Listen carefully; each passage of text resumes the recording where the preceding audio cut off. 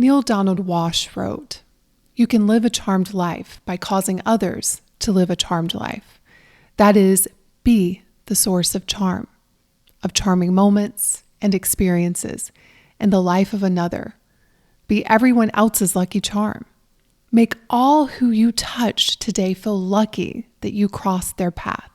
Do this for a week and watch things change. Do it for a month and you'll be a different person."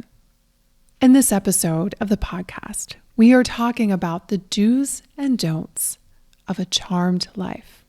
So let's dive in. Welcome to the School of Self-Image, where personal development meets style. Here's your hostess, Master Life Coach, Tonta Leigh. Hello, my beautiful friends. Welcome back to another episode of the podcast. My parents just left yesterday. They were here for the weekend to celebrate Mother's Day, and I always love spending time with them. And then one of Fonz's good friends from LA came in last night, and he's going to be here for a few days. So we've had a full house, which I love. It's so much fun. Fonz and I are getting ready to play in our very first pickleball tournament. And he has taken this very seriously. He is demanding that I train every single morning. He's like, let's get up, let's stretch, let's do some cardio.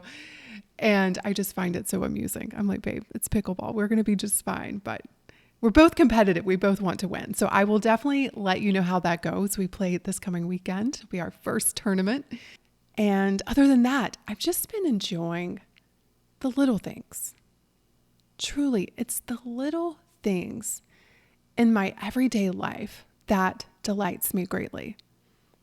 Walking around Charlotte this time of the year and seeing these beautiful trees, I have no words. My family, and probably you, are sick of hearing me talk about the trees. But they're just so stunningly intoxicating and beautiful, and all different types. I can't even describe it. You have to come just to see the trees. And it's the blue skies and the song that I hear and the smile of my family and friends. It's like these little things that we often overlook, but make life so beautiful, so delightful. And yet often in our attempt to go after extraordinary things, which you also know I love to do, we can forget to look around at the extraordinary things in the ordinary. And not only that, we can begin to look at the things that take us away from a charmed life. So, what is a charmed life?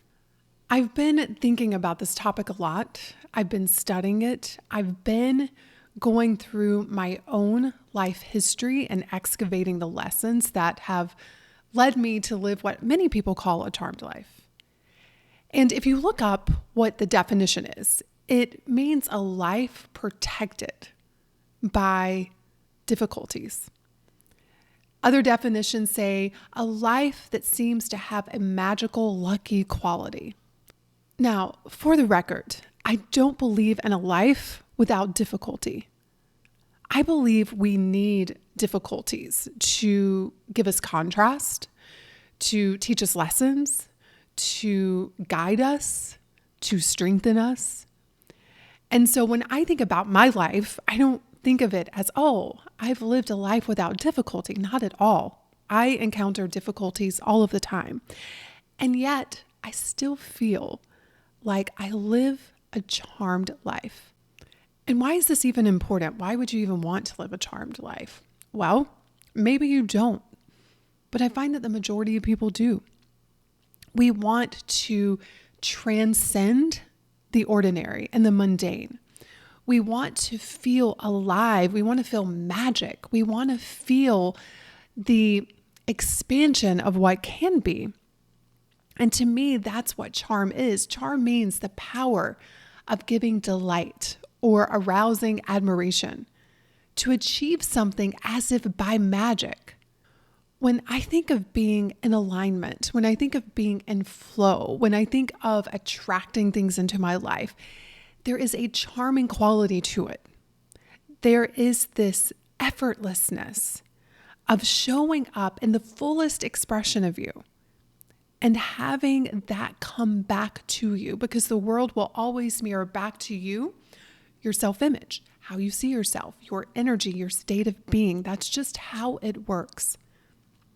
And so, as I said, I've been studying this a lot because I am devoting the entire theme of SOSI South, which is our annual event that we're going to be hosting this year in New Orleans.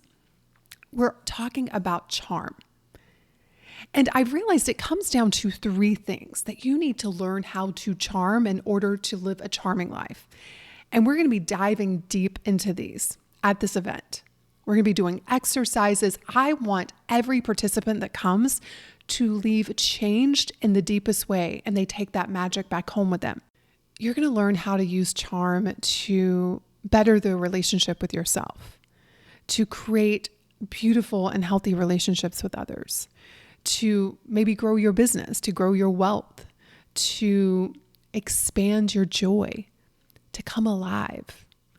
And so if you want to dive into this topic deeper with me in person with the most extraordinary group of charming women that you'll ever meet, come join us at SOSI South. You can go to schoolofselfimage.com/South. But this isn't just a weekend conference.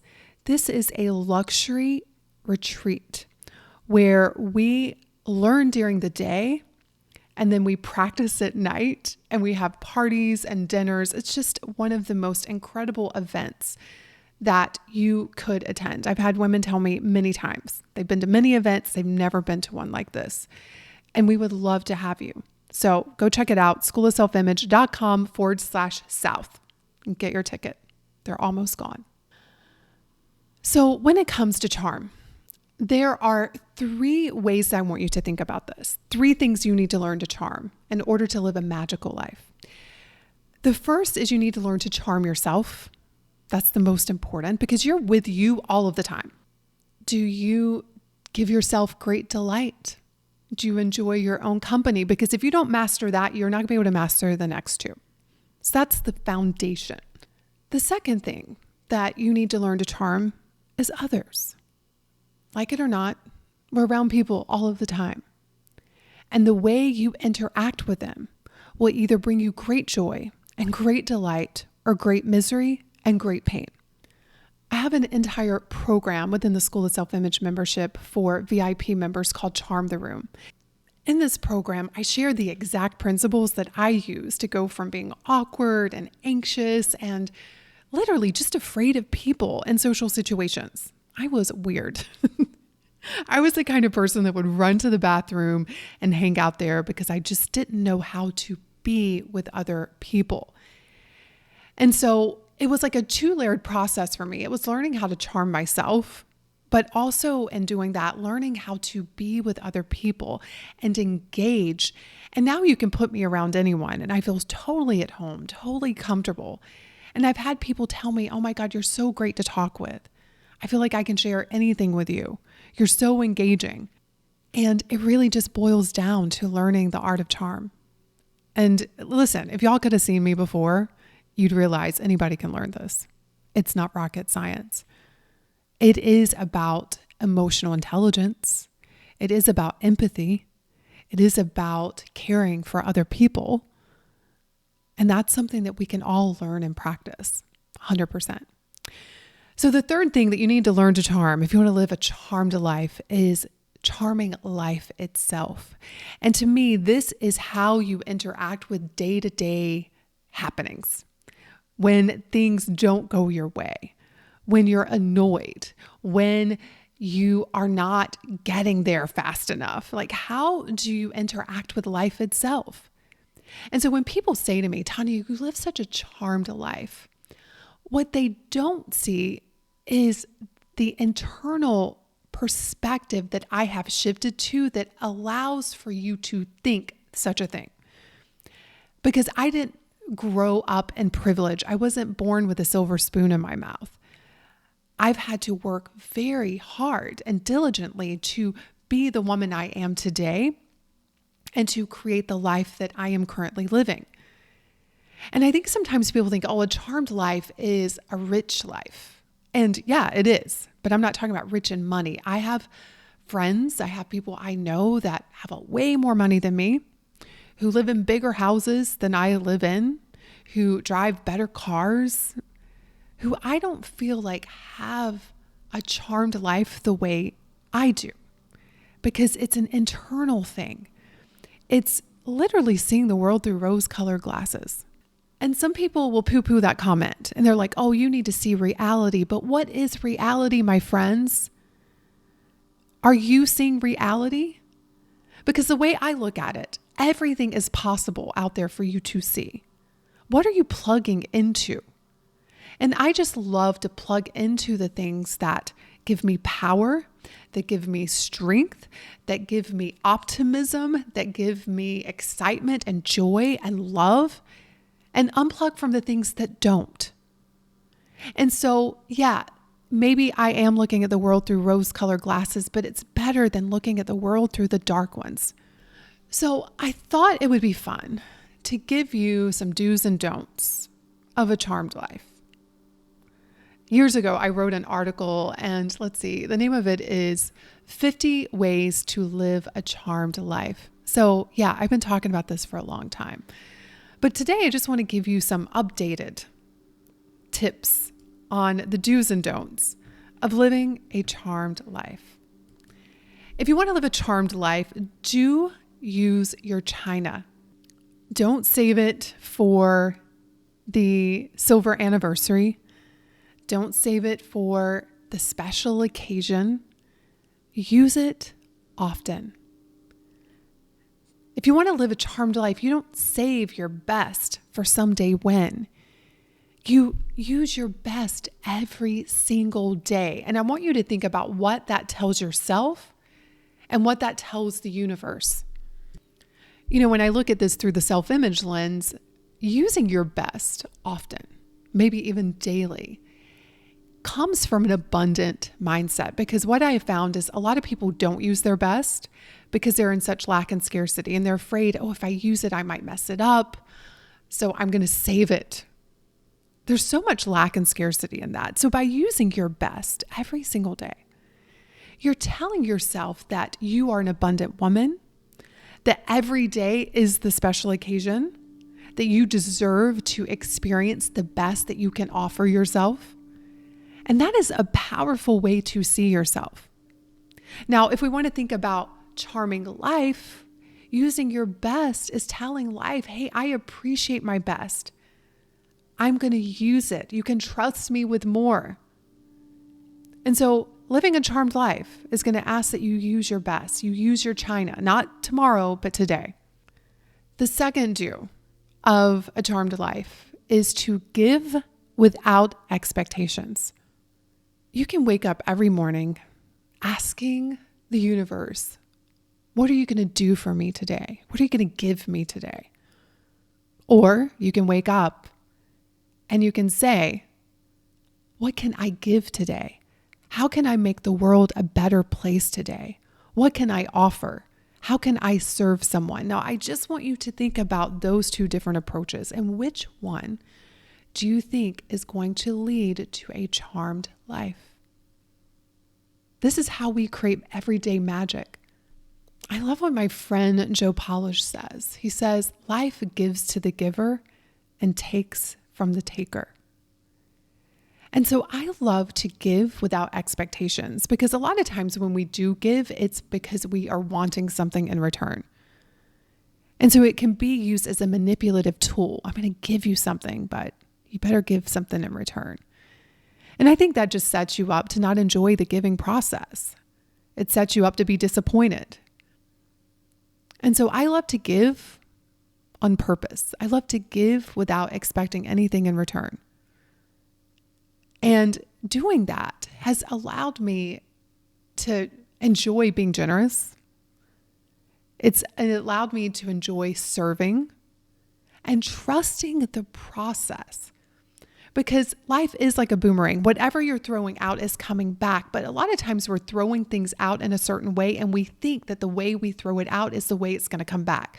And so we're looking in that direction, hoping it's going to come from that source. And I don't think of it that way. Even in my business, I just know If I show up and I offer value and I over deliver and I really care about my clients and I serve and I look for how I can make it better, if I look how I can, serve better, I trust that that will come back. I don't know how. I don't expect it to come from the person maybe I'm giving it to. I just trust in the laws of the universe. And so I can just show up and give and enjoy the delights of giving and trust that it's going to come back in some way. It's at some point. Don't know when, don't know how, don't know where, but it always has. And sometimes I've been shocked as to how it comes back. But even expecting it to come back is an expectation. And often that can lead to disappointment, especially if it's not coming back when you think it should or how it should. And so I just love giving and just dropping the expectation and giving just because it feels good to give. It feels good to be of service. It feels good to be generous. It feels good to offer when you are doing it in truth and integrity. Not you're doing it because you think you should or it's an obligation. That's not living a charmed life. But when you really want to be generous, you give without expectations. The third do of living a charmed life is do wear the dress. And not just on the weekends, but every day. Now, I say wear the dress, whatever your version of the dress is. And what I mean by this is get dressed. You will find me dressed up almost every single day. Why? Because I feel good. I love the way I feel when I am dressed up. And when I feel good, I have that magnetic power. And that's the way it works. Like you're attracting who you are. So I'm feeling good. I'm attracting more things to feel good about. It's hard to attract your dream life when you're not dressing for it. And of course, sometimes people say, but what will people think if I'm over here dressed up every single day and nobody else is? Who cares? You're doing this for you, not for them. Live to impress yourself. That's another way to live a charmed life. But do wear the dress. The other do of living a charmed life is do make plans. One of the most charming women that I knew when I worked as a nurse was named Carolyn. And I've talked about Carolyn before, I think, on the podcast. But Carolyn loved people and people loved Carolyn. And everybody wanted to be around her all of the time. She was so infectious. And one of the things that Carolyn always had going on was plans. She always had something planned, whether it was a vacation with her family or dinners on the weekend. Carolyn always had something on the books. And it gave her an excitement. It gave her something to look forward to all of the time. And I think about her a lot. And I know for me personally, and it's very rare that it happens now, but if I ever have a moment in my life where I don't have something on my calendar, I don't have a date planned with a girlfriend or a weekend away or a trip or something, life can start to feel very dull. And so it's very important that we plan our lives and we plan for things that are exciting, that we have something on the calendar that we are looking forward to. And it doesn't have to be something expensive. It doesn't have to be something over the top. It could just be a weekly date with your spouse or with a girlfriend. It could be a weekend outing to one of your favorite spots, but it's something that you have to look forward to because again, it just creates an excitement. It creates some magic in the ordinary when you have planned for something to look forward to. Another thing to do if you want to live a charmed life is to unplug from the unattractive. When I looked up the synonym of charm, it was unattractiveness. And I think about that word unattractive. It's things that you are not attracted to or you don't want to be attracted to. And the reason why a lot of you are suffering, the reason why a lot of you may feel like life is just mundane and heavy and ordinary is because that is the energy that you're plugging into every single day. You're turning on the news, you're opening your phone, you're reading about the heavy and the unattractiveness of the world. And listen, I don't deny that it's there, but I want you to ask yourself this question. What good is it doing you and the world to constantly plug into it? Because my experience has been, you're not out there advocating. You're not out there doing something about it. You're just feeling bad, which just adds to the bad feeling of the world. And anytime I plug into the news, even if it's for a few days, I start to feel icky. I start to feel heavy. I start to feel unattractive because my energy is repelling the things that I want to attract. And so if you don't want to live a charmed life, do plug into the news, things on social media that's heavy and burdensome. But if you want to live a charmed life, unplug. You get to decide where you place your energy and your attention and your focus. And it's all out there every day. There are things to celebrate. There are beautiful things that are happening. And there are also terrible things that are happening. Which one do you want to plug into? And which one do you think is actually going to make the world a better place? If you want to live a charmed life, don't be a complainer. This is something we're actually working on within the membership this month. We are working on being the complaint-free woman, and members are having huge ahas and epiphanies around this topic. And here's what you need to know. Charm and complaining don't go together. They repel each other. So if you want to live a charmed life, don't complain. Or at least limit your complaining. Because listen, we're all human and our brains love to complain. It's something fun for them to do, but it has a negative impact on our lives when we live in constant complaint mode. Because when you're complaining, you're not living in the magic of life. You're not living in the possibility. You're living in the I don't want this is wrong part of life. And wherever you place your attention and your focus is going to be all that you experience and see, so you can see how complaining does not lead to a charmed life. Whenever I encounter something that doesn't sit well with me, that I don't like, I look at what can I do about it? And if I can't do anything about it, I need to accept it. But if I can do something about it, I need to do something about it instead of sitting around and complaining. I used to love to complain though. I remember sitting around and complaining about how tired I felt.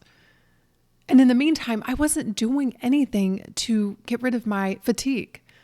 I was just sitting around thinking thoughts that made me even more tired. Instead of getting up and stretching, instead of going to the doctor and figuring out, why am I so tired? I just sat there and complained about it. And this is what we often do in our lives. And then we wonder why we aren't getting ahead, why we feel stuck.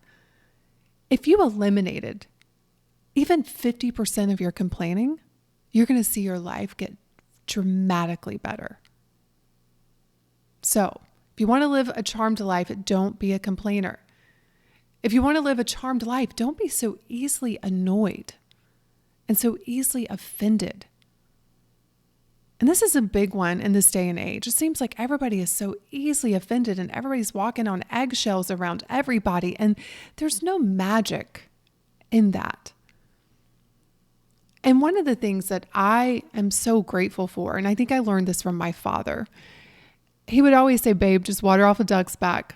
And I watched my dad. It took so much to rattle him.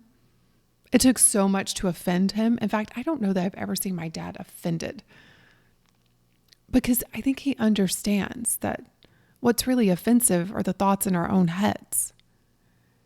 And that's not to say you should never be offended. I'm not saying that, but so easily offended by the smallest things. I had an amazing lady email us recently, and she was so annoyed that we had sent her an email. And it wasn't a bad email. It was an email inviting her to something. And she was so annoyed by it. And I was so fascinated that she was so annoyed by an email. And I thought to myself, if she's annoyed by an email, like what else is she annoyed by in her life? Like it would never occur to me to be annoyed by an email. Now, if I didn't want to receive it, I could kindly just reply and say, hey, listen, please take me off this list. Best of luck to you all. But to be annoyed, I just think they're much bigger. If I'm going to be annoyed about something, it's going to be something big. I just don't want to waste my energy being annoyed at things that don't really matter. Now, at the end of the day, you get to decide what matters to you. And if an email matters that much, okay. But I want you just to take a step back and ask yourself, how is this serving me? Is this helping me make my life better? My interaction with the world, with other people, is this making my life better? Is this adding magic into my life? Or am I caught in a cycle that I just keep repeating? Because at some point, you're going to have to transcend those old patterns and those old ways of thinking and showing up to get to the next version of you. And I've just noticed in my own life, the more I've worked on not being so easily offended and annoyed, my life just keeps getting better and better. Because trust me, there is always something to be annoyed about. There is something to be offended by if you're looking for that. But I'm always looking for what's good about this? What can I learn from this? What's good about this person? How are they trying to do a good job? And because I'm looking for that, I'm seeing it everywhere. But a lot of times that's not what you're looking for. And we always experience the world through our own filters, which is why, living a charmed life is about replacing a lot of those filters. Because if you believe that the world's out to get you, if you believe that people are taking advantage of you, if you think you can't trust people, if you think that it's going to take too long, if you think that you're not good enough, whatever it is, you're going to look for things to fuel those beliefs. So even an email can be triggering to you. And that's why I love doing this work around self-image, because when you begin to see yourself differently, you begin to have that reflected back to you in the world, and you begin to show up differently and you start creating very different results. If you want to live a charmed life, then watch your spelling. Here's what I mean. Watch the words you speak. You think about spelling. It's like spell, to put a spell on yourself, to put a spell on other people. The words you speak are powerful. They carry a vibration. They carry an energy, and that energy is either expanding you or contracting you. And so pay attention to the words you speak to yourself, to other people, and to the world at large. When you wake up in the morning, what are your first words to your day? Is it, another day? Or is it, another day? Yes. Even the way you speak words matter. Are you speaking possibility? Are you speaking love and optimism and joy and excitement? Or are you speaking the opposite? What kind of spell are you placing on yourself and your life through the words that you choose? It's important to think about. And then finally, for this list, there's many other ways to live a charmed life, but for you today, if you want to live a charmed life, don't be in a hurry.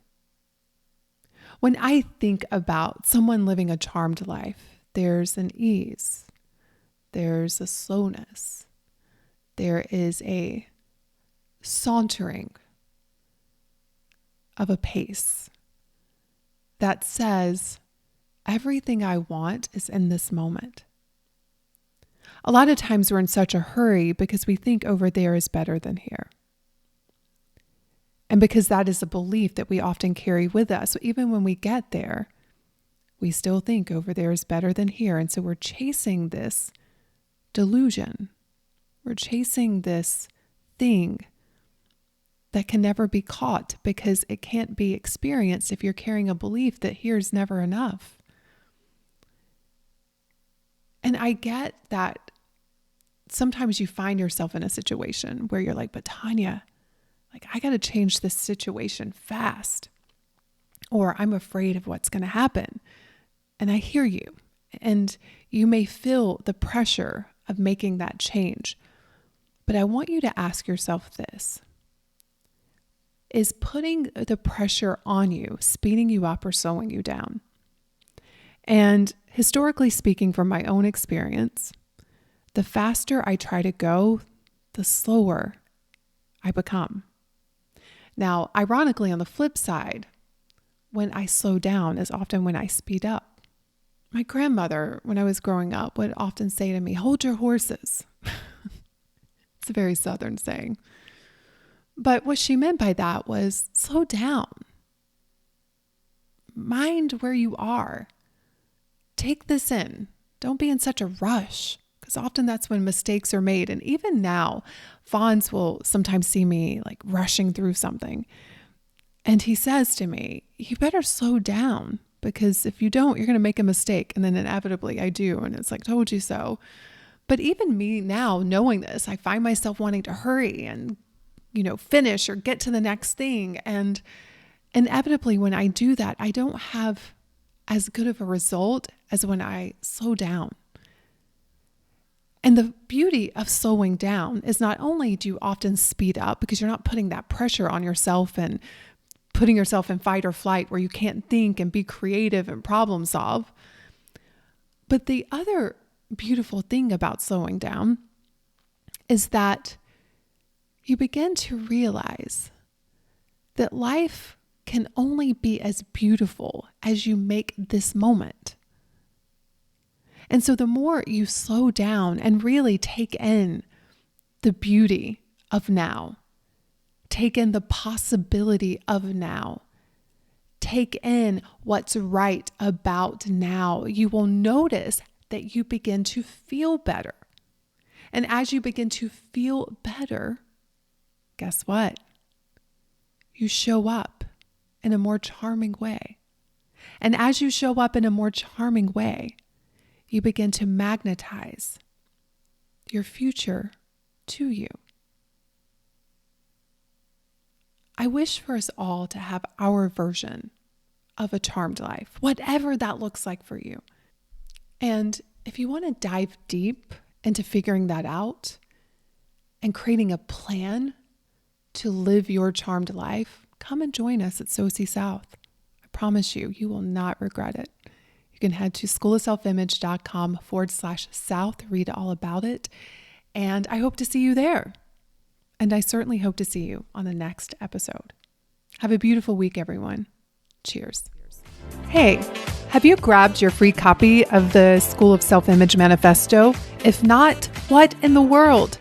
Head over to schoolofselfimage.com/manifesto and get a copy that teaches you how to think and show up in the areas of mindset, style, and surroundings so that you can transform your self-image.